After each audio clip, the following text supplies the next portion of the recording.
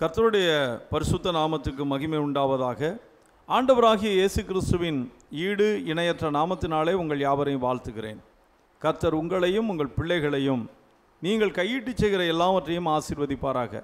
இந்த நாளிலே கூட ஏசாயா தீர்க்கதரிசியின் புஸ்தகம் 54ஆம் அதிகாரம் 17ஆம் வசனத்திலே நாம் வாசிக்கிறோம், உனக்கு விரோதமாய் உருவாக்கப்படும் எந்த ஆயுதமும் வாய்க்காதே போம். உனக்கு விரோதமாய் நியாயத்தில் எழும்பும் எந்த நாவையும் நீ குற்றப்படுத்துவாய்.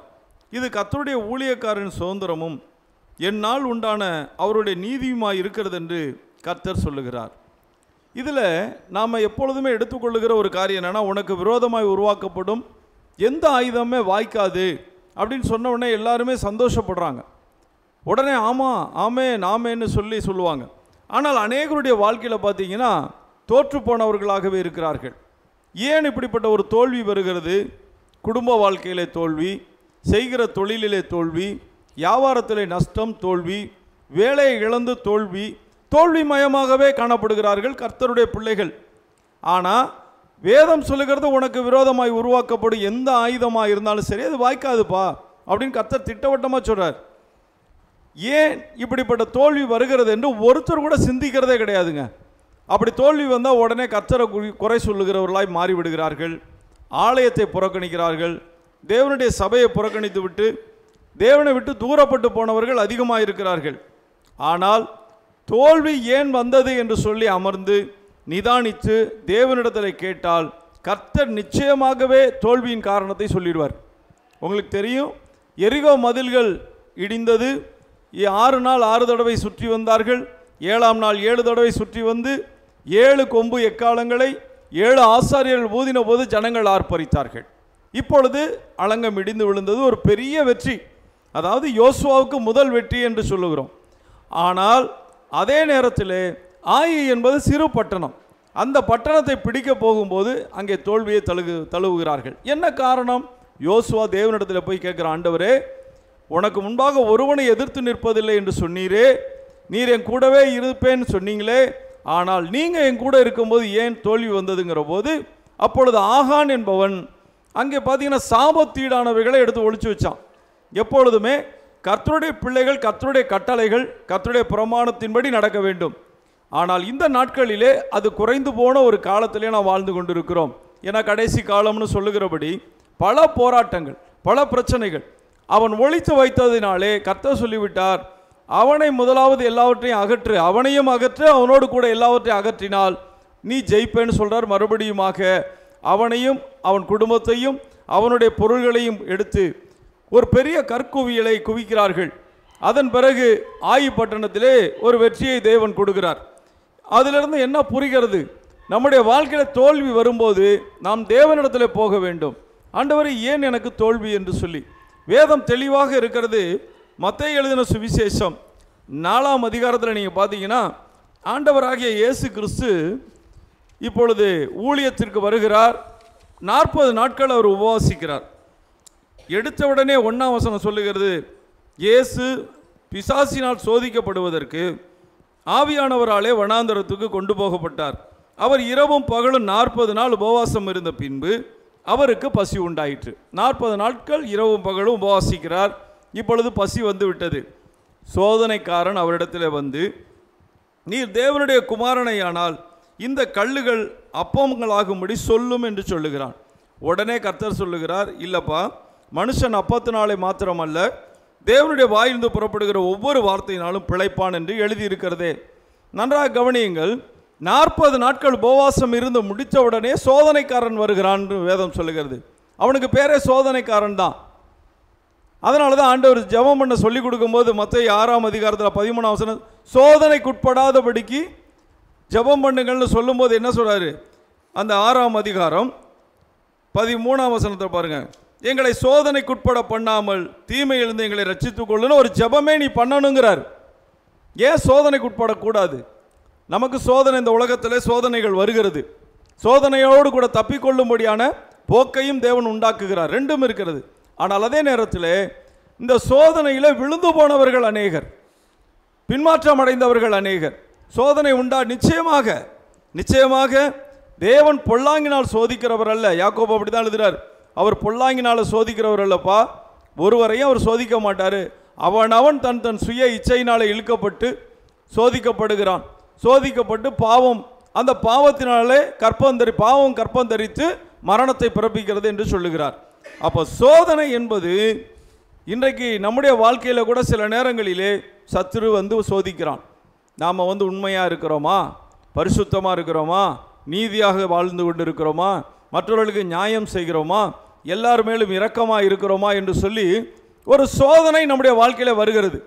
ஒரு சிலர் இதை ஜெயிக்கிறார்கள், அநேகர் தோற்று போகிறார்கள். அப்போ இந்த உனக்கு விரோதமாய் உருவாக்கப்படும் எந்த ஆயுதம் வாய்க்காதே போகும்னு சொன்ன வார்த்தை மாறுது. நமக்கு விரோதமாக ஏதாவது ஒரு ஆயுதம் வந்து வாய்த்து விடுகிறது, தீமைகள் வந்து விடுகிறது, போராட்டங்கள் வந்து விடுகிறது, குடும்பத்தில் பிரச்சனைகள் வருகிறது. காரணம் கர்த்தர் அல்ல, நாமே. கர்த்தருடைய வாக்கு தத்தம் ஒரு நாளும் பொய்யா போகாது. ஆனால் ஏன் தோற்று போகிறோம் என்பதை எப்பொழுதுமே யோசிக்க வேண்டும். மத்தேயு எழுதின சுவிசேஷம் 26ஆம் அதிகாரம் 41ஆம் வசனத்தில் பார்த்தீங்கன்னா, அங்கே ஆண்டவர் இயேசு கிறிஸ்து கெத்செமனையில் ஜெபம் பண்ணும்படியாக போகிறார். இப்பொழுது கூட சீஷர்களிலே பிரதான சீஷர் யாக்கோபு, யோவான், பேதுரு 3 பேரும் கூடவே இருக்கிறாங்க. கூட இருக்கும்போது ஆண்டவர் அவங்கள பார்த்து, நீங்கள் இங்கே இருங்கப்பா, ஜெபம் பண்ணுங்க, நானும் போய் ஜெபம் பண்ணுறேன்னு சொல்கிறார். அப்போ பாருங்கள், அவர்கள் செய்த காரியத்தை கவனிங்க. 41ஆம் வசனத்தை வாசிக்கிறேன். நீங்கள் சோதனைக்குட்படாதபடிக்கு விழித்திருந்து ஜெபம் பண்ணுங்கள். ஆவி உற்சாகம் உள்ளதுதான், மாம்சமோ பலவீனம் உள்ளது என்றார். ஆவி உற்சாகம் உள்ளது, மாம்சம் பலவீனம் உள்ளது. ஏன்னா இவங்க தூங்குறாங்க, ஜெபம் பண்ணலை. ஆண்டவர் சொல்லும் போதே சொல்றார், சோதனைக்கு உட்படாதபடிக்கு நீ ஜெபம் பண்ணி தான் ஆகணும்.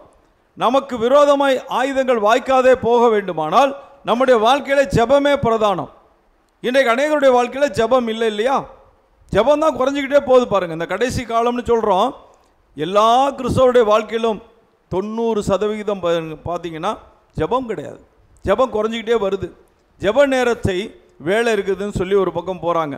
எங்களுக்கு வேலை ஜாஸ்தி ஆகிடுச்சு பிரதர், முன்னாடி மாதிரிலாம் இல்லை. அழகாக ஒரு ஊழியக்காரர் சொன்னார், எனக்கு ரொம்ப நல்லா அருமையாக அதை கேட்கும்போதே இதாக இருந்தது. அதாவது உபவாச ஜெபத்துக்கு ஒரு வாரம் ஜெபம் பண்ணுங்க பிரதர், எனக்கு வேலை கிடைக்கணும், ஜெபம் பண்ணுங்க. நாங்கள் அதன் பிறகு பார்த்தீங்கன்னா ரெகுலர் சர்ச்சு எப்போவுமே ஞாயிற்றுக்கிழமை வந்தோடனே முடிஞ்சோடனே எனக்கு வேலைக்கு ஜெபம் பண்ணுங்கனார். வேலையும் ஒரு நாள் கிடைத்து விட்டது. வேலைக்கு போனவர் வரல, அதன் பிறகு ஆலயத்துக்கு வரல. நீண்ட நாட்கள் வராத போது ஒரு நாள் பாஸ்டர் என்ன பண்ணுறாரு, அவங்க வீட்டுக்கு போகிறாரு. என்னங்கய்யா நீங்கள் சர்ச்சுக்கே வர்றதில்ல என்ன அப்படின்னு கேட்கும்போது அவர் சொன்னாராம், வேலை பிரதர் பாஸ்டர், எவ்வளோ வேலை தெரியுங்களா, ஞாயிற்றுக்கிழமை கூட வேலை வைக்கிறாங்க பாஸ்டர். ஆமாம், அதனால தான் பாஸ்டர், இல்லைன்னா நான் வராமல் இருப்பேனா? நான் எப்படி வந்தேன், உபவாச ஜெபத்துக்கு வந்தேன், இரவு ஜெபத்துக்கு வந்தேன், கூடுகையில் வந்தேன், அங்கே வந்தேன், இங்கே வந்தேன், நான் வராமல் இருப்பேனா? இப்போது என்ன செஞ்சிட்டாங்க, ஞாயிற்றுக்கிழமை கூட வேலை வைக்கிறாங்க, ஏன் ஞாயிற்றுக்கிழமை லீவ் போடு. அப்போ பாஸ்டர் சொல்லியிருக்க, வேலை இல்லாவிட்டால் நீங்கள் என்ன செஞ்சுருப்பீங்க, மறுபடியும் வந்து நிற்பீங்க இல்லையா? அப்போது நம்முடைய வாழ்க்கையிலே போராட்டங்களும் பிரச்சனைகளும் எதனால் வருகிறது? ஜெபம் பண்ணுகிறோம், தேவைகள் சந்திக்கப்படுகிறது, தேவனை விட்டு தூரப்பட்டு போகிறோம். தேவைகள் சந்திக்கப்பட்ட பிறகு இன்னும் அதிகமாக தேவனை தேட வேண்டும், இன்னும் அதிகமாக தேவனுக்கு மகிமையை செலுத்த வேண்டும். 10 பேர் ஆண்டவராகிய இயேசு கிறிஸ்துவோட வருகிறார்கள், குஷ்டரோகிகள். இப்போ ஆண்டவர்கிட்ட கேட்குறாங்க, ஆண்டவரே எங்களுக்கு இறங்கும்னு சொன்னோடனே ஆண்டவர் சொல்கிறாரு, நீ போப்பா, போய் ஆசாரியனுக்கு முன்னே காண்பி அப்படின்னு சொன்னோடனே 10 பேருமே போகிறாங்க, ஆசாரியர்கிட்ட நோக்கி போகிறாங்க. இப்போது கையை பார்க்குறாங்க, கை குஷ்டரோகம் போயிடுச்சு, கை நல்லாயிடுச்சு. ஒருத்தன் பார்க்குறான், ஆஹா ஆண்டவர் சொன்னார் போகிற வழியிலே நமக்கு சுகத்தை கொடுத்துட்டாருன்ட்டு 9 பேர் போயிட்டான். இவன் ஒருத்தன் மட்டும் திரும்பி வர்றான். ஏன்னா சுகம் கொடுத்தவர் இங்கே இருக்கிறார், ஆசாரியன் சுகம் கொடுக்கவில்லை. அதல்ல, அந்த போக வேண்டிய வேலையும் இல்லை. இவனுக்கு தெரிந்து விட்டது இயேசு சுகத்தை கொடுத்தார் என்று. நேராக வந்து மோகங்குப்புற அவர் பாதத்தில் விழுகிறான், விழுந்து நன்றி செலுத்துகிறான். இப்போ ஆண்டவர் கேட்குறாரு, ஏப்பா சுஸ்தமானவர்கள் சுகமடைந்தவர்கள் 10 பேர் இல்லையா, நீ மட்டும்தானே வந்திருக்கேங்க, ஏன்பா அப்படின்னு கேட்குறார். ஏன்னா கர்த்தர் விரும்புகிற ஒரு காரியம் என்ன தெரியுமா, நன்றியுள்ள இருதயத்தை விரும்புகிறார். வேலை கிடைக்காத போது, திருமணம் ஆகாத போது, கர்த்தாவே கர்த்தாவே எங்களுக்கு இறங்கும் என்று கதறுகிற ஒரு மனிதன் திருமணமாகிவிட்ட பிறகு, வேலை கிடைத்த பிறகு, குழந்தை பிறந்த பிறகு, எல்லா ஆசீர்வாதங்களும் வந்த பிறகு தேவனை விட்டு தூரப்பட்டு போய் விடுகிறான். இதுதான் உண்மை. இது வேதத்திலே சொல்லப்படுகிறது. ஒருத்தன் தான் வர்றான், மீதி 9 பேர் காணா போயிட்டாங்க. ஆனால் ஒரு சரித்திர ஆசிரியர் இப்படி எழுதுகிறார், பின் நாட்களிலே மறுபடியுமாக அவர்கள் குஷ்டரோகம் வந்து மரித்தார்கள் என்று. ஏன்னா தேவனை அண்டிக் கொள்ள வேண்டும், தேவனை தொடர்ந்து பற்றி கொள்ள வேண்டும், தேவனோடு கூட நடக்க வேண்டும், தேவ பிரசன்னத்திலே வாழ வேண்டும், தேவனோடு சஞ்சரிக்க பழக வேண்டும், தேவனை விட்டு தூரப்பட்டு போகவே கூடாது. சில நேரங்களிலே தோல்வியின் அனுபவங்கள் வரும், அப்பொழுது தேவ சமூகத்தை தான் நாட வேண்டும், தேவனிடத்தில் போய் கேட்க வேண்டும், ஆண்டவரே ஏன் எனக்கு இந்த பிரச்சனை? அதனால தான் கர்த்தர் சொல்றார், சோதனைக்கு உட்படாதபடிக்கு விழித்திருந்து ஜெபம் பண்ணு. உனக்கு விரோதமாய் ஆயுதங்கள் இருக்கிறது, உனக்கு விரோதமாக சத்துரு கர்ச்சிக்கிற சிங்கம் போல எவனை விழுங்கலாமோ என்று வகை தேடி சுற்றி திரிகிறான் என்று சொல்லி கர்த்தர் சொன்னார். எபேசியருக்கு எழுதின நிருபம் 6ஆம் அதிகாரம், எபேசியர் 6ஆம் அதிகாரம் 10 வாசிக்கிறேன். இந்த வசனம் உங்களுக்கு ரொம்ப அதிகமாக தெரியும். அங்கே என்ன சொல்றார் பாருங்க, கடைசியாக என் சகோதரரே, கர்த்தரிலும் அவருடைய சத்துவத்தின் வல்லமையிலும் பலப்படுங்கள், நீங்கள் பிசாசின் தந்திரங்களோடு எதிர்த்து நிற்க திராணி உள்ளவர்களாகும்படி. நல்லா கவனிங்க, நீங்கள் பிசாசின் தந்திரங்கள், அவன் தந்திரவாதி, அது தெரியுமா உங்களுக்கு? சொல்கிறேன், தந்திரங்களோடு எதிர்த்து நிற்க திராணி உள்ளவர்களாகும்படி தேவனுடைய சர்வாயுத வர்க்கத்தையும் தரித்து கொள்ளுங்கள். ஏனெனில், ஏன்னா மாம்சத்தோடு இரத்தத்தோடும் அல்ல, துரைத்தனங்களோடும் அதிகாரங்களோடும் இப்பிரபஞ்சத்தின் அந்தகார லோகாதிபதிகளோடும் வான மண்டலங்களில் உள்ள பொல்லாத ஆவிகளின் சேனைகளோடும் நமக்கு போராட்டம் உண்டு. நமக்கு போராட்டம் உண்டு, யுத்தம் உண்டு, அப்படி கூட சொல்லலாம். யுத்தம் உண்டு, எப்போ பார்த்தாலும் நமக்கு ஒரு போர். அந்த போரிலே நம்மோடு இருக்கிறவர்கள் அல்ல, மாம்சமும் இரத்தத்தோடு அல்ல, இது வேறு வகையான யுத்தம். இது யார் நடத்திக்கிட்டு இருக்கா பாருங்க, துரைத்தனங்கள், அதிகாரங்கள், இப்பிரபஞ்சத்தின் அந்தகார லோகாதிபதி, அதான் இந்த உலகத்தின் அதிபதி. ஆண்டவர் இயேசுகிட்ட வரும்போது அவர் சொல்றார், இந்த உலகத்தின் அதிபதி வருகிறான், அவனுக்கு என்னிடத்தில் ஒன்றும் இல்லை என்று. அப்போ அந்த உலகத்தின் அதிபதி அவன் நம்மோடு கூட யுத்தம் செய்கிறான் என்று பவுல் எழுதுகிறான். காரணம் என்ன? பவுலுக்கும் அப்படிப்பட்ட பிரச்சனை இருந்தது, பவுலுக்கும் போராட்டம் இருந்தது வாழ்க்கையில், பேதுருவுக்கும் போராட்டம் இருந்தது. அதனால தான் பேதுரு சொல்லும்போது, தெளிந்த புத்தி உள்ளவர்களாயிருங்கள், விழித்திருங்கள், ஏனெனில் உங்கள் எதிராளியாகிய பிசாசானவன். நமக்கு ஒரு எதிரி, நாம் ஆசீர்வதிக்கப்பட முடியாதபடிக்கு, நாம் வாழ முடியாதபடிக்கு, சந்தோஷமாய் இருக்க முடியாதபடிக்கு, சமாதானமாய் இருக்க முடியாதபடிக்கு ஒரு யுத்தம். இதை யார் செய்கிறார்? இன்னைக்கு ஏன் எத்தனை குடும்பங்களிலே பிரச்சனைகள்? ஏன் கிறிஸ்தவ குடும்பத்தில் சண்டை இருக்கணுமா? கிறிஸ்தவ குடும்பத்தில் இயேசு கிறிஸ்துவோட சமாதானம் அல்லவா இருக்கிறது? அவர் சொன்னார், ஏன் சமாதானத்தை உனக்கு கொடுத்துருக்கேன்னு சொன்னாரே, எங்கே இருக்கிறது? எத்தனை பேர் சண்டை போட்டு பிரிந்திருக்கிறார்கள்? எத்தனை பேருடைய குடும்ப வாழ்க்கை அழிக்கப்பட்டிருக்கிறது? எத்தனை பேருடைய வாழ்க்கையிலே தொழிலிலே நஷ்டம், வேலையை விட்டு விட்டு அலைகிறவர்கள் எத்தனை பேர்? போராட்டமான வாழ்க்கை. ஏன்? என்ன காரணங்க? கர்த்தர் ஆசீர்வதிக்கிறது இல்லையா? கர்த்தர் உங்களை நடத்துறது இல்லையா? உங்களுக்கு விரோதமான யுத்தத்தை நீங்கள் எப்பொழுதுமே அறிந்து கொள்ள வேண்டும். வேதம் சொல்லுகிறது, கர்த்தர் சொல்லிவிட்டார், உனக்கு விரோதமாய் உருவாக்கப்படும் ஆயுதம் வாய்க்காதே போகும். அப்போ வாய்க்கிறது என்றால் யார் காரணம்? கர்த்தர் அல்ல. நமக்கு எதிரான வல்லமைகள் செயல்படுகிறதை நாம் அறியாததினாலே தோற்று போகிறோம். என வேதம் சொல்லுகிறது. யாக்கோபு எழுதின நிருபம் 4ஆம் அதிகாரம் 7ஆம் வசனத்திலே, தேவனுக்கு கீழ்ப்படிந்திருங்கள். முதலாவது அதுதான், தேவனுக்கு கீழ்ப்படிந்திரு, தேவன் சொல்லுவதை கேள், தேவனுடைய பாதத்தில் அமரு, அவர் சொல்லுவதை கேட்டு அதன்படி நட, அதன்படி உன் குடும்பத்தை நடத்து, உன் தொழிலை நடத்து, உன் வியாபாரத்தை நடத்து, எல்லாவற்றிலும் உண்மையும் உத்தமமும் இருக்கட்டும். பிசாசுக்கு எதிர்த்து நில்லு, பிசாசுக்கு எதிர்த்து நில்லு எப்பொழுதுமே. அவனுக்கு இணங்கி போகாதே. அவன் எல்லாவற்றையும் கெடுத்து நாசம் பண்ணுகிறவன் தானே ஒழிய ஒரு நாளும் உங்களை வாழ வைக்க மாட்டான். கர்த்தர் உங்களை வாழ வைக்கிறவர், உங்களை ஆசீர்வதிக்கிறவர், உங்கள் தேவைகளை சந்திக்கிறவர். ஆனால் நாம் என்ன செய்கிறோம்? அநேக நேரங்களிலே தேவனை விட்டு தூரப்பட்டு போகிறோம். தேவனுக்கு கீழ்ப்படியாத காரியங்கள் நம்மிடத்தில் வரும்போது தேவனாலே உதவி செய்ய முடியாத நிலைக்கு நாமே போகிறோம். எந்த நிலையிலும் தேவனோடு கூட இணைந்திருக்க வேண்டும், இசைந்திருக்க வேண்டும். அதனால்தான் யோவான் சொல்லும்போது சொல்லுகிறார், எங்களுடைய ஐக்கியம் பிதாவாகிய தேவனோடும் அவருடைய குமாரனாகிய இயேசு கிறிஸ்துவோடு. எங்களுக்கு ஒரு ஐக்கியம் இருக்கிறது. நாங்கள் தேவனோடு ஐக்கியமாக இருக்கிறோம், அவரோடு இணைக்கப்பட்டிருக்கிறோம், அவரோடு கூட நடந்து செல்லுகிறோம். அதனால் அவர்கள் ஜெயமுள்ள ஒரு வாழ்க்கை வாழ்ந்தார்கள். இன்றைக்கு நம்முடைய வாழ்க்கை எப்படி இருக்கிறது? உங்களுக்கு தெரியும். பேதுரு ஏன் இப்படிலாம் எழுதினார் என்று கேட்டால் முக்கியமான காரியம் பார்த்தீங்கன்னா, 1 பேதுருவின் புஸ்தகம் 2ஆம் அதிகாரம் 11ஆம் வசனம். அதில் பேதுரு சொன்ன ஒரு முக்கியமான வார்த்தை என்னன்னு கேட்டிங்கன்னா, 1 பேதுரு 2:11 பாருங்க. பிரியமானவர்களே, அந்நியர்களும் பரதேசிகளுமாய் இருக்கிற நீங்கள் ஆத்மாவுக்கு விரோதமாய் போர் செய்கிற மாம்ச இச்சைகளை விட்டு விலகி. ஆத்மாவுக்கு விரோதமாக என்ன வருது? மாம்ச இச்சைகள் ஆத்மாவுக்கு விரோதமாய் போர் செய்கிறதாம். நாம் அந்நியர்களும் பரதேசிகளுமாய் இருக்கிறோம், அது உண்மை.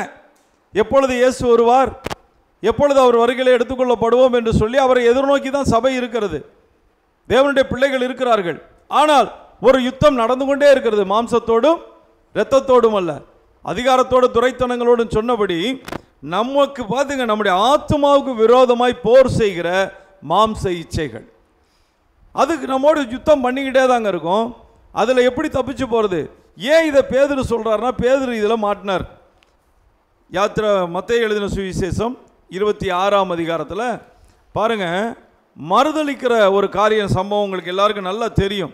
அந்த சம்பவத்தை நான் மறுபடியுமாக உங்களுக்கு பாருங்கள் வாசிக்கிறேன். அதில் சொல்கிறார் பாருங்க, 69ஆம் வசனத்தில், பேதுரு வெளியே வந்து அரண்மனை முற்றத்தில் உட்கார்ந்திருந்தான். இதற்கு முன்பாக ஆண்டவராகிய இயேசு கிறிஸ்துவை அவமானப்படுத்துகிறார்கள், பரியாசம் பண்ணுகிறார்கள், நிந்திக்கிறார்கள்.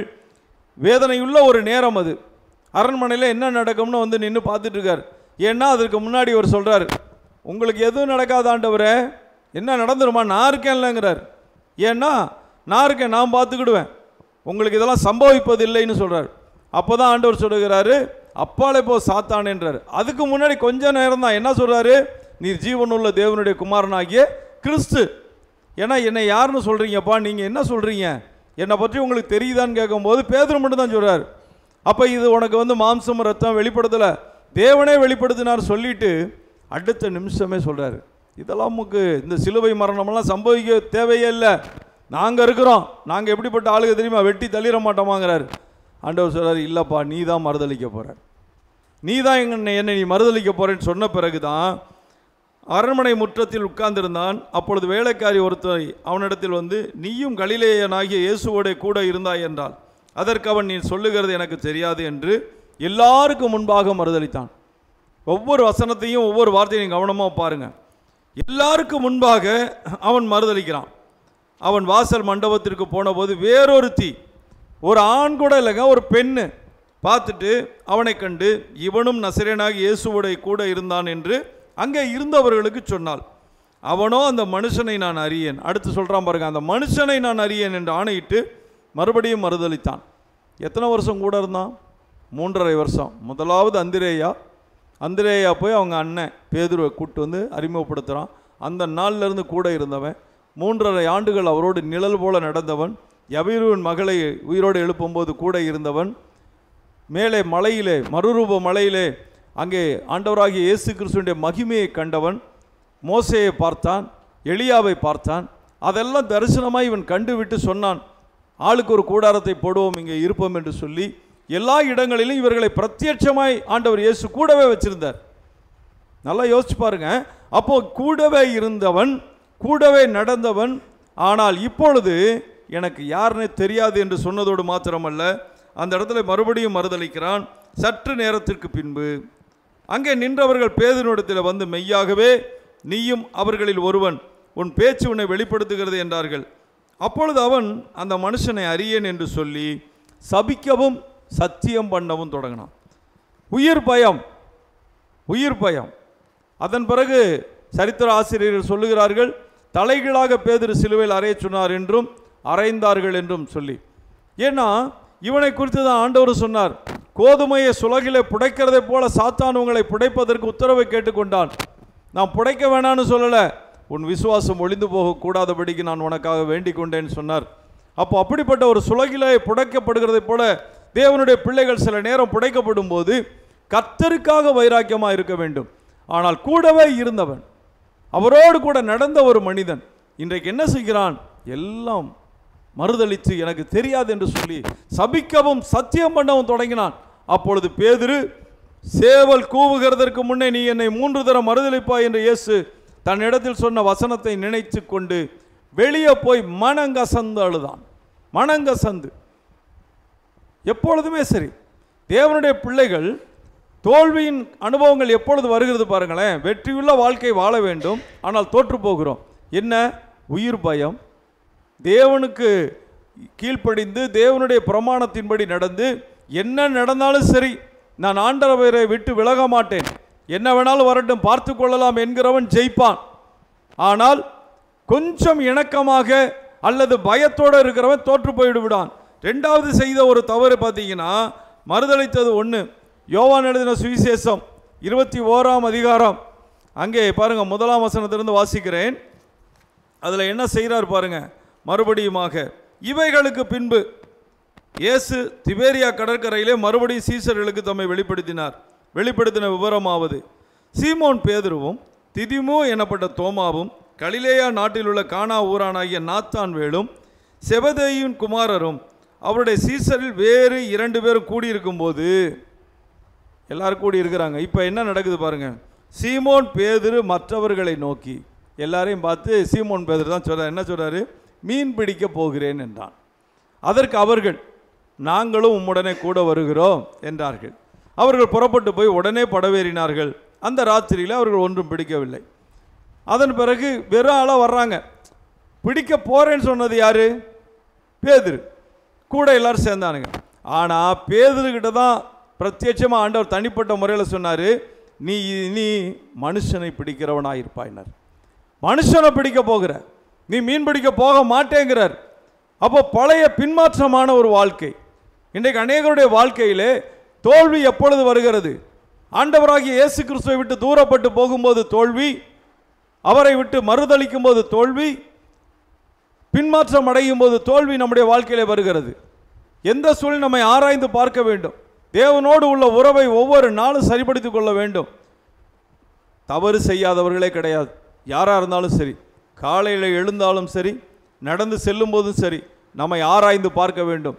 எங்கேயாவது தேவனை விட்டு நான் தூரப்பட்டு போகிறேனா என்று சொல்லி ஆராய்ந்து பார்த்து மனம் திரும்புதல் என்பது ஒவ்வொரு நிமிடமும் நம்முடைய வாழ்க்கையில் காணப்பட வேண்டும். அன்னைக்கு மனம் திரும்பி நான் ரட்சிக்கப்பட்டு ஞானஸ்நானம் எடுத்தாங்க, ரொம்ப சந்தோஷம், கரெக்டு தான். அதன் பிறகு இது வரைக்கும் ஒரு தப்பு கூட செய்யலைன்னு சொல்லுகிற பரிசுத்தவான் யாராவது காட்டுங்க பார்ப்போம். யாராவது ஒருவர், நான் ரட்சிக்கப்பட்டேன், ஞானஸ்நானம் எடுத்தேன், பரிசுத்தாவின் அபிஷேகத்தை பெற்றேங்க, அதன் பிறகு என் வாழ்க்கையில் நான் தவறாக ஒரு நிமிஷம் கூட சிந்திச்சது கிடையாது, பேசினது கிடையாது, நினைச்சது கிடையாது, செயல்பட்டது இல்லைன்னு யாரும் சொல்ல முடியாது. ஒவ்வொரு நாளும் முடிவு பரியந்தம் நிலை நிற்பவனே ரட்சிக்கப்படுவான். ரட்சிப்பு ஒரு நாள் உண்டானது. ஆனால் அந்த ரட்சிப்பின் வஸ்திரம் இந்த உலகத்தால் எத்தனை தடவை கரைப்படுத்தப்படுகிறது, எத்தனை தடவை எத்தனை காரியங்கள் நம்மை தாக்கி கொண்டிருக்கிறது. அதைத்தான் வேதம் போதிக்கிறது. மறுபடியும் மறுபடியும் தாக்குதல், மறுபடியும் மறுபடியும் பாடுகள், சில பிரச்சனைகள் நாம் நினைக்காமையே. அதனால தான் வேதம் சொல்ல, தூசியை உதறிவிட்டு எழுதுனா என்ன அர்த்தம்? தூசி கேட்காமே வந்து மேலே படியுது. வண்டி ஓட்டிட்டு போகிறோம், தூசி வந்து மேலே படியுது, யார் கேட்ட தூசியை மேலே வான்னு சொல்கிறோம்? இல்லை. அப்படி தான் உலக காரியங்களும் நாம் கேட்காமையே வருகிற காரியங்கள், கண்களின் வழியாக, காதுகளின் வழியாக, சிந்தனையின் வழியாக, நாம் பேசுகிற வார்த்தையின் வழியாக கூட உள்ளே போகும். சரியான வார்த்தையை பேசுகிறோன்னு வச்சுக்கோங்க, சரியானபடி இருக்கும். அதனால தான் பவுல் எழுதுகிறான், கெட்ட வார்த்தை ஒன்றும் உங்கள் வாயிலிருந்து புறப்பட வேண்டாம். தேவ பக்திக்கு ஏதுவானாக நல்ல வார்த்தை உண்டாலும் அதை பேசு. தேவையில்லாத வார்த்தை கூட நம்மளை வந்து தீமையான பாதையில் கொண்டு போயிடும். அதே போல் கேட்கிற விஷயங்களை குறித்து ஜாக்கிரதையாக இருக்க வேண்டும், பார்க்கிற விஷயங்களை குறித்து ஜாக்கிரதையாக இருக்க வேண்டும், நாம் சிந்திக்கிற காரியங்களை குறித்து. அன்றைக்கு அப்போஸ்தலர் ஜெயிச்சாங்கன்னா எப்படி ஜெயிச்சாங்க? தோத்தார்கள். முதலாவது இது தோல்வி. தோமா தோத்தான். எப்படி தோத்தான்? அவரை நாம் பார்த்து அவர் கைகளிலே என் விரலை விடணும்னு சொல்கிறான் பாருங்க. அதே முன்னாடியே இருக்கும் 20ஆம் அதிகாரத்தில் 25ஆம் வசனம், கர்த்தரை கண்டோம் என்று அவனுடைய சொன்னார்கள் தோமாவிட்ட. அதற்கு அவன், அவருடைய கைகளில் ஆணிகளினால் உண்டான காயத்தை நான் கண்டு அந்த காயத்திலே என் விரலை இட்டு என் கையை அவருடைய விழாவிலே போட்டால் ஒழிய விசுவாசிக்க மாட்டேன் என்றான். மறுபடியும் 8 நாளைக்கு பின்பு அவருடைய சீஷர்கள் வீட்டுக்குள்ளே இருந்தார்கள். தோமாவும் அவருடனே கூட இருந்தான். கதவுகள் பூட்டப்பட்டிருந்தது. அப்பொழுது இயேசு வந்து நடுவே நின்று உங்களுக்கு சமாதானம் என்றார். முதலாவது சமாதானத்தை சொல்லிட்டு அவர் சொல்றாரு. அடுத்து பாருங்க, ஸ்ட்ரைட்டாக தோமாவை தான் கூப்பிடுறார். தோமா, நீ உன் விரலை இங்கே நீட்டி என் கைகளை பார், உன் கையை நீட்டி என் விழாவிலே போடு, அவிசுவாசியாய் இராமல் விசுவாசியாயிரு. எவ்வளோ வேதனையோடு சொல்கிறார் பாருங்க. கூடவே இருந்தவன். இவங்க வந்து பெத்சாயிதா போகும்போது அவன் சொல்லுவான், வாங்க நாமளும் அவங்க கூட சேர்ந்து சாகும்படி போகலான்னு சொல்லுவான். ஆமாம், லாசரு உயிரோடு எழுப்பணும்னு போகும்போது அவங்க கல்லறிய தேடும்போது தான் அதன் பிறகு நடந்த சம்பவம் அது. நீங்கள் அதை வாசித்து பாருங்கள். வாங்க நாம் அவரோடு கூட மறிக்கும்படி போவோன்னு சொன்னவன் இப்போ சந்தேகப்படுறான். ஏன்னா ஒருத்தர் மறித்து உயிர் தெழுந்ததை அவன் பார்த்ததில்லை. லாசரு உயிரோடு எழுப்பினதை பார்த்தான். ஆனால் எழுப்பினவரை இன்றைக்கு இறந்துட்டார். உயிரோடு எழுப்பினவர் இறந்துட்டார். அவர் எப்படி எழுப்பப்பட முடியும்? இன்னொருத்தரில் எழுப்பணும்னு நினச்சிக்கிட்டு இருந்தான். ஆனால் அவரே நித்திய ஜீவனை கொடுக்கிறவர், ஜீவனை கொடுக்கவும் எடுக்கவும் அதிகாரம் உடையவர். அவர் பிதாவின் ஒன்றான குமாரன், பரிசுத்த ஆவியின் வல்லமையினாலே உருவாக்கப்பட்டவர், பரிசுத்த ஆவியினாலே நடந்தவர், பேசினவர், கிரியை செய்தவர், மரித்தும் பரிசுத்த ஆவியினாலே உயிரோடு எழுப்பப்பட்டவர். அப்படிப்பட்டவர். அது அவனுக்கு தெரியாது. அதான் மாம்சீகம். அதனால தோல்வி. நான் பார்த்தாதான் நம்புவேன், கையை போட்டாதான் நம்புவேன், விழாவில் ஈட்டியில் குத்துறதை நான் பார்த்தேன், அதுக்குள்ளே என் விரலைய விடுவேன்னா. ஆண்டவர் சொல்றார், விட்டுப்பாரு பாப்பா, அவிசுவாசியாக இராமல் விசுவாசியாக இருன்னு சொல்லிட்டு சொல்றார். தோமா அவருக்கு பிரதியுத்தரமாக, என் ஆண்டவரே என் தேவனே என்றான். அதற்கு இயேசு, தோமாவே, நீ என்னை கண்டதினாலே விசுவாசித்தாய், காணாதிருந்தும் விசுவாசிக்கிறவர்கள் பாக்கியவான்கள் என்று சொன்னார். ஆனால் அதன் பிறகு இது ஒரு தோல்வி தோமாவினுடைய வாழ்க்கையிலே. ஆனால் தோமா வரலைன்னா இங்கே இந்தியாவிலே, தமிழ்நாட்டில் நமக்கு சுவிசேஷம் கிடையாது, கேரளாவில் சுவிசேஷம் கிடையாதுங்க. இந்த 2 மாநிலங்களும் இன்றைக்கு ஆசீர்வாதமான மாநிலங்கள். தெரியுமா உங்களுக்கு? கேரளாவாக இருக்கட்டும், தமிழ்நாடாக இருக்கட்டும், இது ஆசீர்வதிக்கப்பட்ட மாநிலம். 2000 வருஷமாக இங்கே ஜெபிக்கிறார்கள், இந்த தேசம் ஆசீர்வதிக்கப்பட வேண்டும் என்று சொல்லி இந்த மண்ணை ஆசீர்வதிக்கிறார்கள். நீங்கள் ஆசீர்வதிக்கிறீங்களோ இல்லையோ தெரியாது. ஆனால் உண்மையாகவே கர்த்தருடைய பிள்ளைகள் என்ன செய்கிறாங்க தெரியுமா? ஆண்டவரே, எங்கள் தேசத்தை ஆசீர்வதியும், நாங்கள் பிறந்த இந்த நாட்டை ஆசீர்வதியும், இந்த நிலத்தை ஆசீர்வதியும், இந்த பயிர் வகைகளை ஆசீர்வதியும், இந்த மரங்கள் மச்சங்களை ஆசீர்வதியும் என்று சொல்லி ஒவ்வொரு நாளும் ஜெபித்து கொண்டிருக்கிறார்கள். இனியும் ஜெபிப்பார்கள். என் ஆண்டவராகிய இயேசு வரும் வரையிலே அவர்கள் ஜெபம் நிற்காது என்பது எனக்கு தெரியும். அதனால் தான் இன்றைக்கு இங்கே ஆசீர்வாதம். அப்போது மறுபடியுமாக ஒரு வெற்றியுள்ள வாழ்க்கைக்குள்ளே நாம் போக வேண்டுமானால் நாம் என்ன செய்ய வேண்டும்? தோமா நம்பவில்லை, அனனியா சப்பீரால் பொய் சொன்னார்கள், யூதாஸ் காரியோத்து அவன் காட்டி கொடுத்தான். இவர்களெல்லாம் கூட இருந்தார்கள், அனனியா சப்பீராலை தவிர மற்றவர்கள் சீஷர்கள். யூதாஸ் காட்டி கொடுத்தானே, ஏன் காட்டி கொடுத்தான்? 30 வெள்ளிக்காசுக பண ஆசை தானே, சாத்தான் புகுந்தான்னு வேதம் சொல்லுகிறது. நீங்கள் லூக்கா எழுதின சுவிசேஷம் 22ஆம் அதிகாரம் 1 நீங்கள் வாசிச்சு பாருங்கள். சாத்தான் புகுந்தான், காட்டி கொடுத்தான், காசுக்காக காட்டி கொடுத்து விட்டு போனான், நான்று கொண்டு செத்து போனான். உனக்கு விரோதமாய் உருவாக்கப்படும் எந்த ஆயுதமும் வாய்க்காதே போகும் என்று சொல்லியும் அநேகருக்கு வாய்க்குதே. இன்றைக்கு ஒரு காரியத்தை நீங்கள் சிந்தனையிலே வைக்க வேண்டும். மிக முக்கியமான ஒரு காரியத்தை உங்களுக்கு சொல்லுகிறேன். ஏவாள் முதல்ல இதில் விழுந்து போனவ தான். ஆதியாகமத்தின் புஸ்தகம் 3ஆம் அதிகாரத்தில் பார்த்தீங்கன்னா என்ன நடக்கிறது? அங்கே இப்பொழுது சர்ப்பத்தின் வடிவாக சாத்தான் உள்ளே நுழைகிறான். தேவனாகிய கர்த்தர் உண்டாக்கின சகல காட்டு ஜீவன்களை பார்க்கிலும் சர்ப்பமானது தந்திரம் உள்ளதாக இருந்தது. அது ஸ்திரீயை நோக்கி, நீங்கள் தோட்டத்தில் உள்ள சகல விருட்சங்களின் கனியையும் புசிக்க வேண்டாம் என்று தேவன் சொன்னது உண்டோ? இங்கே சொல்லுகிற தந்திரம் உள்ளது. தந்திரம். இந்த தந்திரத்தினாலே தான் என்ன நடக்கிறது? இப்பொழுது ஏவாள் வஞ்சிக்கப்படுவதை நாம் பார்க்கிறோம். ஏவாளுடைய காரியம் என்ன நடந்தது? ஏவாள் ஏன் முதல் பெண் இல்லையா? தேவனால் உண்டாக்கப்பட்டவளுங்க, தேவனால் உருவாக்கப்பட்டவள். எப்படி ஆதாமை தேவன் உருவாக்கி ஜீவ சுவாசத்தை கொடுத்தாரோ அதே போலவே ஏவாளை உண்டாக்கினார். ஒருவேளை சுவாசத்தை கொடுக்கலன்ற மாதிரி இருந்தாலும் இல்லை, அவர் சுவாசம்தான். எப்படி உருவாக்க முடியும்? அவர்தான் உண்டாக்கினவர், அவர்தான் உருவாக்கினவர், அவர்தான். விலா எலும்பை எடுத்தார், ஆழ்ந்த நித்திரையை வர பண்ணினார், விலா எலும்பை எடுத்து மனுஷியாக உண்டாக்கி கொடுத்தார். ஆனால் அந்த மனுஷி வஞ்சிக்கப்படுகிறாள். தோல்வி. அந்த தோல்வி இன்றைக்கு வரைக்கும் நம்மை பிடித்திருக்கிறது இல்லையா? இயேசு கிறிஸ்து வந்து ஜெயிக்காவிட்டால் இன்றைக்கு நீங்களும் நானும் ஒன்றுக்கு அத்து போயிருப்போம், வீணாக போயிருப்போம். ஆனால் இன்றைக்கு அவர் ஜெயித்ததினாலே இன்றைக்கு நாம் பிழைத்திருக்கிறோம். இழந்து போன மகிமை, இழந்து போன உறவு, இழந்து போன நன்மைகள் சகலத்தையும் சிலுவையிலே இயேசு நமக்கு சம்பாதித்து கொடுத்து விட்டார். எல்லாம் ஏதேன் தோட்டத்தில் என்ன இழந்தார்களோ அத்தனையும். எப்படி இழந்தார்கள்? ஏன் தோற்றார்கள்? சர்ப்பம் வஞ்சித்தது. இந்த தந்திரம் இன்றைக்கு நடந்து கொண்டிருக்கிறதுங்க. அதனால தான் 1 தீமோத்தேயின் புஸ்தகம் 6ஆம் அதிகாரம் 3ஆம் வசனத்திலிருந்து வாசிங்கன்னா, தீமோத்தேயுக்கு எழுதும்போது ஒரு முக்கியமான ஆலோசனையை பவுல் கொடுக்கிறார். 1 தீமோத்தேயின் புஸ்தகம் 6ஆம் அதிகாரம் 3 வாசிக்கிறேன். ஒருவன் நம்முடைய கர்த்தராகிய இயேசு கிறிஸ்துவின் ஆரோக்கியமான வசனங்களையும் தேவ பக்திக்கேற்ற உபதேசங்களை ஒப்புக்கொள்ளாமல் வேற்றுமையான உபதேசங்களை போதிக்கிறவனானால், அங்கே என்ன போதிச்சான்? வேற்றுமையான ஒரு உபதேசம். கர்த்தர் சொன்னார், இதை புசிக்க நாளிலே நீ சாவாயின்னு சொன்னார். அவன் என்ன சொன்னான்? நீ சாவ மாட்ட, நீ தேவனை போல மாறிட போற பாரு, அதுதான் நடக்க போகுதுன்னு சொன்னான். ஆனால் உண்மை என்ன?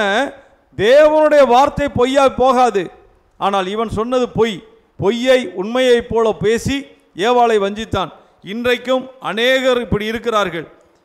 இயேசு கிறிஸ்துவின் ஆரோக்கியமான வசனங்கள், சும்மா சாதாரண வசனம் இல்லைங்க, ஆண்டவராகிய இயேசு கிறிஸ்துவினுடைய ஆரோக்கியமான வசனங்களையும் தேவ பக்திக்கேற்ற உபதேசங்களையும் ஒப்புக்கொள்ளாமல், இந்த உபதேசம் தேவ பக்தி கேட்டது, ஆரோக்கியமானது, தேவனுடைய பிள்ளைகளுக்கு போதிக்கப்படுகிற காரியங்கள் தேவனுடைய வார்த்தை, அது நிறைவேறின வார்த்தை, நிறைவேறி கொண்டிருக்கிற வார்த்தை, நிறைவேறப் போகிற வார்த்தை, உண்மையுள்ள வார்த்தை, கீழே விழுந்து போகாத வார்த்தை. இந்த உபதேசத்துக்கு மாற்று உபதேசங்கள் அநேகம் இருக்கிறது.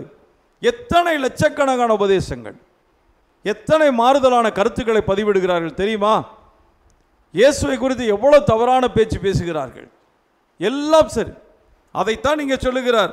இப்படிப்பட்ட உபதேசங்களை போதிக்கிறவனானால், எப்படி பிசாசு அன்னைக்கு போய் ஒரு உபதேசம் தான் பண்ணான், ஒரு பிரசங்கம் மாதிரி போதிக்கிறான். இன்னைக்கு அநேகர் அப்படிப்பட்ட போதனைகளை கொடுத்து கர்த்தருடைய பிள்ளைகளை வஞ்சித்து நாசமாக்கி கொண்டிருக்கிறார்கள். அதைத்தான் இவர் பதிவு செய்கிறார் பாருங்க. அவன் இருமாப்புள்ளவனும் ஒன்றும் அறியாதவனும் தர்க்கங்களையும் வாக்குவாதங்களையும் பற்றி நோய் கொண்டவனுமாய் இருக்கிறான். அவைகளாலே பொறாமையும் சண்டையும் தூஷணங்களும் பொல்லாத சம்சயங்களும் உண்டாகி கெட்ட சிந்தை உள்ளவர்களும் சத்தியம் இல்லாதவர்களும் தேவ பக்தியை ஆதாய தொழில் என்று எண்ணுகிறவர்களுமாய் இருக்கிற மனுஷர்களால் உண்டாகும் மாறுபாடான தர்க்கங்களும் பிறக்கும். இப்படிப்பட்டவர்களை விட்டு நீ விலகு. அன்னைக்கு ஏவாள் விலகி இருந்தால் அவ்வளோ பிரச்சனையே கிடையாது, ஏவாள் விலகலை. இன்னைக்கு சபையிலே பல தீமையான உபதேசங்களை கொண்டு வந்து தேவனுடைய பிள்ளைகளை வஞ்சிக்கிறவர்கள், அந்த வஞ்சிக்கிற ஆவிகள் இன்றைக்கு அநேகம் கிரியை செய்து கொண்டிருக்கிறது. எத்தனை இடங்களிலே. அதே 1 தீமோத்தேயுவின் புஸ்தகம் 4ஆம் அதிகாரம் 1ஆம் வசனத்தை வாசிக்கிறேன், கேளுங்கள். ஆவியானவர் வெளிப்படையாய் சொல்லுகிறபடி பிற்காலங்களிலே மனசாட்சியில் சூடுண்ட பொய்யருடைய மாயத்தினாலே சிலர் வஞ்சிக்கிற ஆவிகளுக்கும் பிசாசுகளின் உபதேசங்களுக்கும் செவி கொடுத்து விசுவாசத்தை விட்டு விலகி போவார்கள். ஏவாள் செய்த அதே தவறு இன்றைக்கும் செய்வார்கள். 6000 ஆண்டுகள் கழித்து அதே காரியம் நடந்து கொண்டிருக்கிறது. யாருக்கு? வஞ்சிக்கிற ஆவிகள், பிசாசுகளின் உபதேசம். எத்தனை ஒரு தவறான ஒரு மார்க்கம் ஒன்று உண்டு. அந்த மார்க்கத்தில் எங்கிட்ட வேலை செய்தவன் ஒருத்தன் போய் சேர்ந்துட்டான். அவன் போய் சேர்ந்துட்டு இதுதானே சரி, இதுதான் சரியான வழினே அப்படின்னு சொல்லிக்கிட்டு இருப்பான். எப்போ பார்த்தாலும் அதை பற்றியே பேசுவான். அவன் பேசுகிறது எல்லாமே மாம்சத்தின் கிரியைகளாக இருக்கும், மாம்ச காரியங்களாக இருக்கும். சுற்றி சுற்றி வந்துட்டு கடைசியில் இயேசுவும் இருந்தார் ஆனால் இப்போ இல்லை, ஒவ்வொருத்தரையே சொல்லுவான், ஒவ்வொரு பரிசுத்தவான்களாக சொல்லிக்கிட்டு வருவான். இவங்களாம் அன்னைக்கு இருந்தாங்கண்ணே, இன்னைக்கு இவர் தானே அப்படின்னு சொல்லிட்டு அதுதான் ஞானம் என்று போதனையும் கொடுப்பாங்க. அந்த இதை காரியங்களை நான் அதிகமாக சொல்ல விரும்பலை. அவர்கள் ஒரு தவறான கொள்கைகள், தவறான உபதேசம். ஏன்னா அன்பை பற்றியே பேசுவாங்க. ஆமாம், எல்லாத்துலேயும் உண்மையாக இருக்கணுமாங்க. எனக்கு கடைசியாக ஒரு 55,000 ரூபா பணம் தரணும், கொடுத்துட்டேன்னு சொல்லிட்டு போயிட்டான். கொடுக்கல, முடியல, தரமாட்டேன்னு சொல்லிட்டா பரவாயில்ல. அவன் சொன்ன வார்த்தை என்ன தெரியுமா? அண்ணே என்னண்ணே, நான் அப்போயே அங்கே கொடுத்தேன் இங்கே கொடுத்தேன், நீங்கள் எழுதாமல் பழியை என் மேலே போட்டான். எது? நான் வர வைக்கலைன்னு சொல்லி பழி சாட்டிட்டு போயிட்டான். அவ்வளோ நல்லவர்கள் அவர்கள். அந்த இதில் அன்னைக்கு லீடராக இருந்தது, இன்றைக்கி இருக்காங்களா இல்லையா தெரியல, அன்னைக்கு இருந்தவங்க ஒரு கிறிஸ்டியன், ரோசி என்ற ஒரு கிறிஸ்தவர்கள். எப்படி பாருங்களேன், நினைக்க முடியுதா உங்களால்? தவறான ஒரு மார்க்கம், தவறான கொள்கைகள், ஆமாம், தவறான போதனைகள், தவறான உபதேசம். ஃபுல்லாக உட்காந்துக்கிட்டு மெடிடேஷன் பண்ணணும்னு ஒரு டூம் லைட்டை வச்சுட்டு உட்காந்துருப்பானுங்க. நம்ம வேதத்தை தியானம்னு சொல்லி இருக்கு. வேதம் முழுவதும் என்ன சொல்கிறாரு? கர்த்தருடைய வேதத்தில் இரவும் பகலும் தியானமாக இருக்கிற மனுஷன்தான் பாக்கியவான். அவன் நீர்க்கால்களின் ஓரமாய் நடப்பட்டு தன் காலத்தில் கனியை தந்து இலையுதிராது இருக்கிற மரத்தை போல இருப்பான், அவன் செய்வதெல்லாம் வாய்க்கும். ஆனால் அவங்க என்ன சொல்லுவாங்க தெரியுமா? ஓ மனசை வெறுமையாக்கு, சும்மா அப்படியே பார்த்துக்கிட்டே உட்காந்து 2 கண்ணை வச்சுட்டு இதை பார்த்துட்டே உட்காந்துருமா. பிசாசு தான் பிடிக்கும். இப்படிப்பட்ட குணாதிசயங்கள் தான் வரும். கொடுக்க வேண்டிய பணத்தை கொடுத்துட்டேன்னு சொல்கிறவன் எப்படி? கொடுக்கலன்னா பரவாயில்ல, தரேன்னு சொன்னால் பரவாயில்ல, கொடுத்துட்டேன்னு சொல்கிறது எப்படி அப்பட்டமான ஒரு காரியம்? முடியுமா உங்களால்? சொல்ல முடியும்? யோசிக்காவது உங்களால் முடியுமா? ஒருத்தர் பணம் வாங்கியிருக்கீங்க, ஒரு 10,000 ரூபா வாங்கிட்டீங்க, அந்த 10,000 ரூபா கொடுக்கல. இப்போ என்ன சொல்லுவீங்க? நாளைக்கு வாங்க, இல்லை 1 மாதம் ஆகட்டும், 2 மாதம் ஆகட்டும், இல்லை வந்தோடனே தரேன், கோச்சிக்காதீங்க, அப்படி தான் சொல்லுவோம். இறங்கி தான் பேசுவான். இல்லை இல்லை நான் தான் அன்னைக்கு கொடுத்துட்டேனே அப்படின்னு சொன்னால் எப்படி இருக்கும்? எவ்வளோ யோசிச்சு பாருங்க. அந்த மாதிரி ஒரு வார்த்தையை சொல்ல முடியாதுங்க நம்மளால். நம்ம நினைவுக்கே அது வராது. கொடுக்காத ஒன்றை கொடுத்தேன் என்று சொல்வதற்கு நம்மால் முடியாது. ஆனால் ஒரு மார்க்க போதனையாளன், அன்பை பற்றி பேசுகிறவர்கள், இரக்கத்தை பற்றி பேசுகிறவர்கள், யாருக்கும் தீங்கு செய்யக்கூடாது என்கிறவர்கள், ஆனால் அவன் சொல்லிவிட்டு போன வார்த்தை, உங்கள் பணத்தை நான் கொடுத்தேன், நீங்கள் எழுதாமல் விட்டு விட்டீர்கள். எனக்கு நல்லா தெரியும், சரி போ நல்லா இரு. ஏன் சொல்கிறேன்னா, இன்றைக்கும் அதே காரியங்கள் நடக்கிறது. பொல்லாத காரியங்கள், தீமையான காரியங்கள், பிசாசுகளின் உபதேசங்களுக்கு செவி கொடுத்து விசுவாசத்தை விட்டு விலகி போவார்கள். அப்போ எந்த சூழ்நிலையிலும் சரி, கர்த்தருடைய பிள்ளைகள் ஜாக்கிரதையாக இருக்க வேண்டும். வஞ்சிக்கிற ஆவிகள், உங்களை தீமைக்கு நேராக நடத்துகிற ஆவிகள், பல தீமையான தவறான உபதேசங்கள், தேவனை விட்டு பிரிந்து செல்ல வைக்கிற பல காரியங்கள், ஆண்டவர் இயேசுவை விட்டு தூரப்பட்டு போக செய்கிற காரியங்கள் அநேகம் இருக்கிறது. அதிலே நாம் நடந்தால் தோல்வி. அதை விட்டுவிட்டு கர்த்தருடைய பட்சத்தில் வந்து நிற்கும் போது ஆசீர்வாதம். இன்னும் நிறைய பேர் விழுந்து போனவன்னு சொல்லிக்கிட்டே போகலாம். சாலமோன் ஞானத்தை கேட்டு பெற்றுக்கொண்டவன் ஞானத்தை இழந்தான், தீமையான காரியங்களை செய்தான். கடைசியில் கர்த்தர் கோபப்பட்டு அவனை கண்டித்தார். அப்படிப்பட்ட காரியங்கள். சாலமோனை பாருங்கள், கேயாசியை பாருங்கள், எல்லாம் விழுந்து போனவர்கள். இதன் நடுவிலே வெற்றி பெற்றவர்களை நாம் எப்பொழுதும் கவனிக்கணும். ஏன்னா கர்த்தர் அப்படிப்பட்டவர். கர்த்தர் எதை விரும்புகிறார் என்பதை நீங்கள் கவனித்து பார்க்க வேண்டும். அது பாருங்க, மொர்தெகாய் என்ற ஒரு மனிதன், எஸ்தரின் புஸ்தகம் 6ஆம் அதிகாரம் 1-4 வரைக்கும் பார்த்தீங்கன்னா, இந்த மொர்தெகாய் வாசலில் உட்கார்ந்திருந்தான். உத்தமமானவன், உண்மையுள்ளவன். அவன் தன் சகோதரன் மகளை வளர்க்கிறான். அட்சால் என்ற எஸ்தரை வளர்த்து ஆளாக்குகிறான். அங்கே வஸ்தி வந்து அகாஸ்வேரு ராஜா தள்ளி போடுகிறான், ராஜாத்தியா இராதபடிக்கு. அதன் பிறகு அந்த இடத்திற்கு எஸ்தர் வருகிறாள். இப்பொழுது அங்கே ஒரு எதிரி எழும்புகிறான். அந்த ஆமான் என்பவன் எழும்பும்போது அவனை இவன் நமஸ்கரிக்க மாட்டான். இது முக்கியமான காரியம் என்னன்னு கேட்டிங்கன்னா, கர்த்தருடைய பிள்ளைகள் பிசாசை சேவிக்க மாட்டார்கள், பிசாசை நமஸ்கரிக்க மாட்டார்கள். இப்போ பிசாசுக்கு என்ன கோபம் வரும்? எவ்வளோ பேர் என்னை சேவிக்கிறாங்க, எத்தனை பேர் என்னை ஆராதிக்கிறாங்க, எத்தனை பேர் என் காலில் விழுவுறாங்க தெரியுமா, நான் பணமெல்லாம் அவர்களுக்கு கொடுக்குறேன். ஆண்டவர் இயேசுகிட்ட அதானே சொன்னான், நீர் என்னை தாழ விழுந்து பணிந்து கொண்டால் எல்லாம் என்கிட்ட இருக்குது, அப்படியே கொடுக்குறேன்னா. அப்பாலே இப்போ சாத்தானேன்னார். இன்றைக்கி அதான் நடந்துக்கிட்டு இருக்குது. அவன் என்ன காலில் விழுவான்னு நினச்சான், மொர்தெகாய் அவன் பாதத்தில் விழுவான்னு நினச்சான், ஆமான் பாதத்தில். எப்பொழுதுமே கர்த்தருடைய பிள்ளைகள் வேற யாரையும் வணங்க மாட்டார்கள். செத்தாலும் சாவார்களை ஒழிய இன்னொரு தெய்வத்தை வணங்க மாட்டார்கள், இன்னொரு மனிதனை நமஸ்கரிக்க மாட்டார்கள். எந்த நாளிலும் வைராக்கியமாக இருக்க வேண்டும். அப்படி வைராக்கியமாக இருக்கிறவர்களுக்காக கர்த்தர் பறந்து காக்கிற பட்சியை போல இறங்கி வருவார். நீங்கள் வைராக்கியமாக இருக்க வேண்டும். என் தேவன் என்னை கைவிட மாட்டார், எந்த சூழ்நிலையில் என்னை கைவிட மாட்டார். என்ன நடந்தாலும் சரி, கர்த்தருக்காக நான் வாழ்வேன் என்று சொல்லி மொர்தெகாய் இருந்ததினாலே அவன் ஒரு காரியத்தை செய்கிறான். ஒரு தூக்கு மரம் ஒன்று செய்கிறான். யாருக்கு? மொர்தெகாய்க்கு. இவனை தூக்கில் போடணும்னு சொல்லி. அப்போ தூக்கு மரத்தை செஞ்சாச்சு. இவனுக்கு ஒரு விரோதமாக ஒரு ஆயுதம் உருவாக்கப்பட்டாச்சு. யார்? கர்த்தருடைய பிள்ளைக்கு விரோதமாக ஒரு ஆயுதம். யார் செஞ்சது? ஆமான் செய்து விட்டான். இப்போ என்ன நடக்கிறது? அந்த ராத்திரியிலே ராஜாவுக்கு தூக்கம் வரவில்லை. இவன் ஒரு காரியம், எப்பொழுதுமே நீதிமான்கள் பட்சத்தில் கர்த்தர் இருப்பார், நீதி செய்ய வேண்டும். இவன் ஒரு காரியத்தை பார்க்குறான்.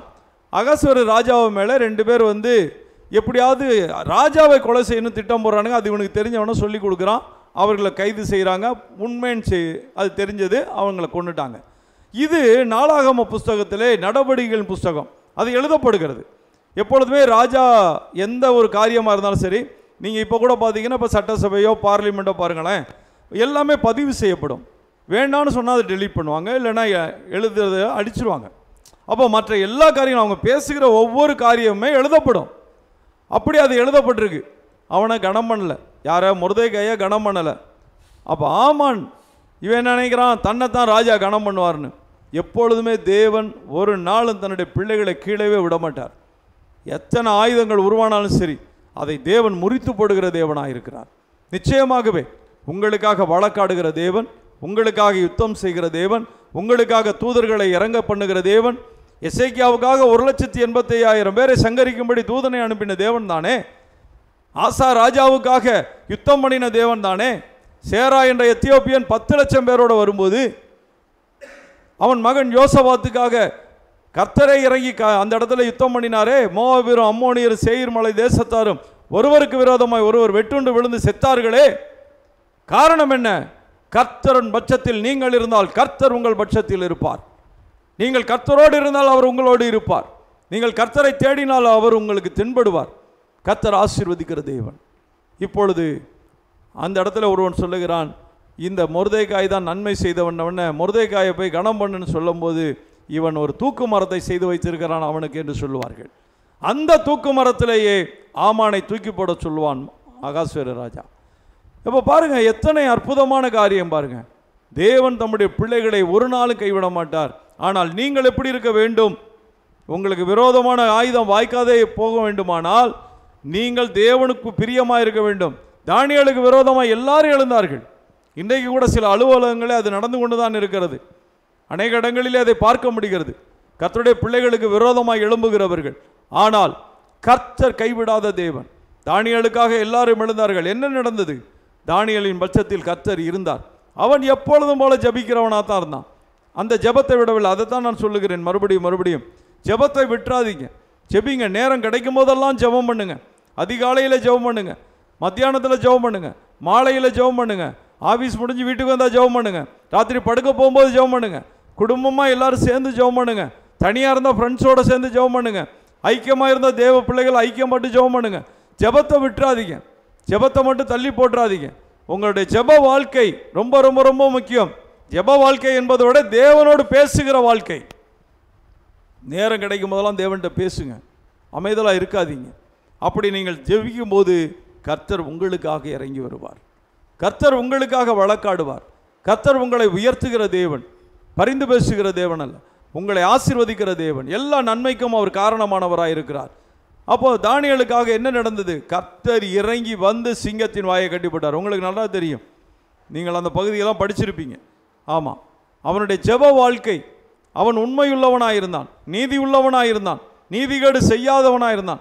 அதனால் அவன் ஆசீர்வதிக்கப்பட்டான், காக்கப்பட்டான். கர்த்தர் ஒரு நாள் உங்களை கைவிடாத தேவனாக இருக்கிறார். கடைசியாக ஒரு காரியத்தை மட்டும் சொல்லி முடிக்க விரும்புகிறேன். சில நேரங்களிலே மிக நெருக்கமானவர்களால் வருகிற உபத்திரவம். நமக்கு விரோதமாக வெளியே இருந்து எத்தனை பிரச்சனை வந்தாலும் நம்ம சமாளிக்கலாம்.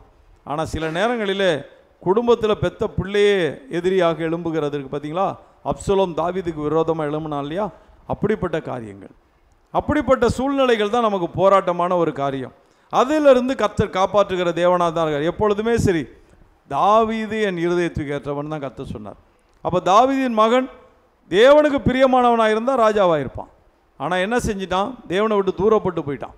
அதனால தான் அவனுடைய அழிவும் வந்தது. எப்பொழுதுமே கர்த்தருடைய பிள்ளைகள் கர்த்தரோடு இசைந்து இருக்கும்போது கர்த்தர் சொன்ன வார்த்தை நிறைவேறும். கர்த்தர் என்ன சொன்னார்? உனக்கு விரோதமாய் உருவாக்கப்படும் எந்த ஆயுதமும் வாய்க்காதே போகும். நியாயத்திலே எழும்பும் எந்த நாவையும் நீ குற்றப்படுத்துவாய். நிச்சயமாக இது கர்த்தருடைய ஊழியக்காரரின் சுதந்திரங்க. என்னால் உண்டான அவருடைய நீதியுமாக இருக்கிறது என்று கர்த்தர் சொல்லுகிறார். எந்த சூழ்நிலையும் சரி, நீங்கள் கர்த்தருடைய பிள்ளைகள் அக்கறையோடு கரிசனையோடு தேவனோடு சேர்ந்து நடந்து அவருடைய கட்டளைகள் கற்பனைகளுக்கு கீழ்ப்படிந்து இருக்கும்போது கர்த்தர் உங்களுக்காக வழக்காடுவார், உங்களுக்காக யுத்தம் செய்வார். நீங்கள் தோல்வியை காண்பதே கிடையாது. வெற்றியுள்ள ஒரு வாழ்க்கை வாழ தேவன் உதவி செய்வார். ஆனால் ஒரு காரியத்தை நீங்கள் நினைவில் வைத்துக் கொள்ள வேண்டும். உங்களுக்கு விரோதமாக ஒரு வல்லமை செயல்பட்டு கொண்டே இருக்கும். உங்களை எப்படியாவது கீழே தள்ள வேண்டும், உங்களுடைய குடும்பத்தில் சமாதானத்தை எடுத்து போட வேண்டும், உங்களுடைய குடும்பத்தில் தீமைகளை கொண்டு வர வேண்டும். அதை தான் வேதம் சொல், சிதறடிக்கிறவன் முகத்துக்கு முன்பாக வருகிறான், கட்சிக்கிற சிங்கம் போல எவனை விழுங்கலாமா என்று வகை தேடுகிறான். மாம்சத்தோடு இரத்தத்தோடு மல்லப்பா, அதிகாரத்தோடு துரைத்தனங்களோடு ஆகாய மண்டலத்தில் உள்ள வான மண்டல பொல்லாத ஆவிகளின் சேனைகளோடு நமக்கு போராட்டம் உண்டு என்றெல்லாம் எழுதியிருக்கிறார்கள். ஏன் கர்த்தர் இதையெல்லாம் ஏன் சொல்கிறார் தெரியுமா? இந்த உலகத்திலே நமக்கு விரோதமாய் செயல்படுகிற ஒரு சக்தி, ஒரு வல்லமை, ஆனால் அதை காட்டிலும் பெரியவர் தேவன். நீங்கள் தேவனோடு இணைந்து கொள்ளும்போது, தேவனோடு இணைந்து நடக்கும்போது நிச்சயமாக சகலத்தையும் கர்த்தர் மாற்றி போடுவார். கர்த்தர் உங்களை கைவிடவே மாட்டார். கர்த்தர் உங்களை ஆசீர்வதிப்பாராக. நாம் ஜெபிப்போம். அன்பு தகப்பனே, இந்த வார்த்தையை கேட்டுக்கொண்டிருக்கிற நம்முடைய பிள்ளைகளுக்காக நான் ஜெபிக்கிறேன். விழுந்து போனவர்களை குறித்து பார்க்கிறோம் ஆண்டவரே. ஞானத்தை கேட்டு பெற்றுக்கொண்ட சாலமோன் ஞானி கடைசியில் ஞானமற்றவனாய் மாறினான்.